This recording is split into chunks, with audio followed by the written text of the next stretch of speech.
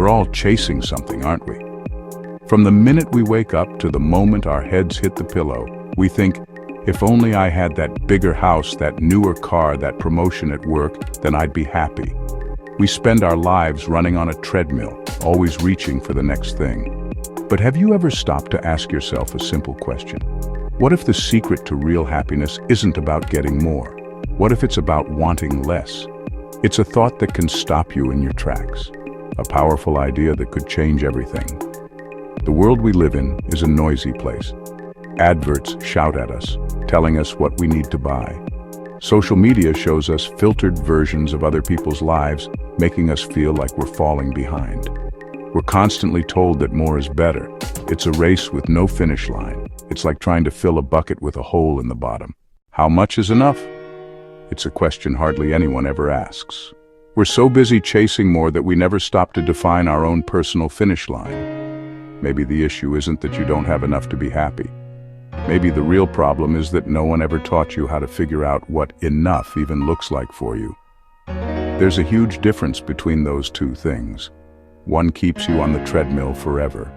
The other gives you the freedom to step off and finally breathe. It's about recognizing that having enough is a state of abundance, not a state of lack. When you start paying attention, you realize something magical. You discover you need far less than you ever imagined to be content. This isn't because you're forcing yourself to go without. It's because you're finally listening to what your heart truly desires, not what the world is telling you to want. You gain space to just be present in your own life. What matters is how your life feels to you at the end of the day. Think about your home for a moment. Think about all the stuff packed into cupboards, drawers, maybe even a garage or a loft. How much of it do you actually use? How much of it do you truly love? It's taking up mental energy. It's a constant low-level reminder of money spent. Living a simpler life means creating breathing room. It's about being intentional with what you allow into your home and into your life. When you begin to clear out the physical clutter, something remarkable happens. You start to feel lighter.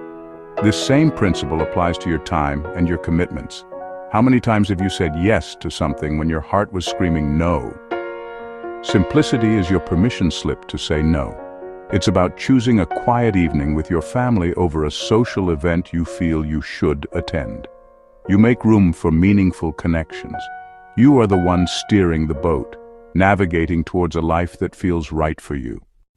The idea of simplifying your whole life can feel massive. It can feel overwhelming. But it doesn't have to be that way. The journey to a simpler, happier life begins with a single small step. It's about starting where you are, with what you have. It's about making one tiny change, right now. That can set a new course. The power is in the starting, not in the finishing. Instead of asking, what more do I need to be happy? Try a different question. As you go about your day, start to notice what you truly want.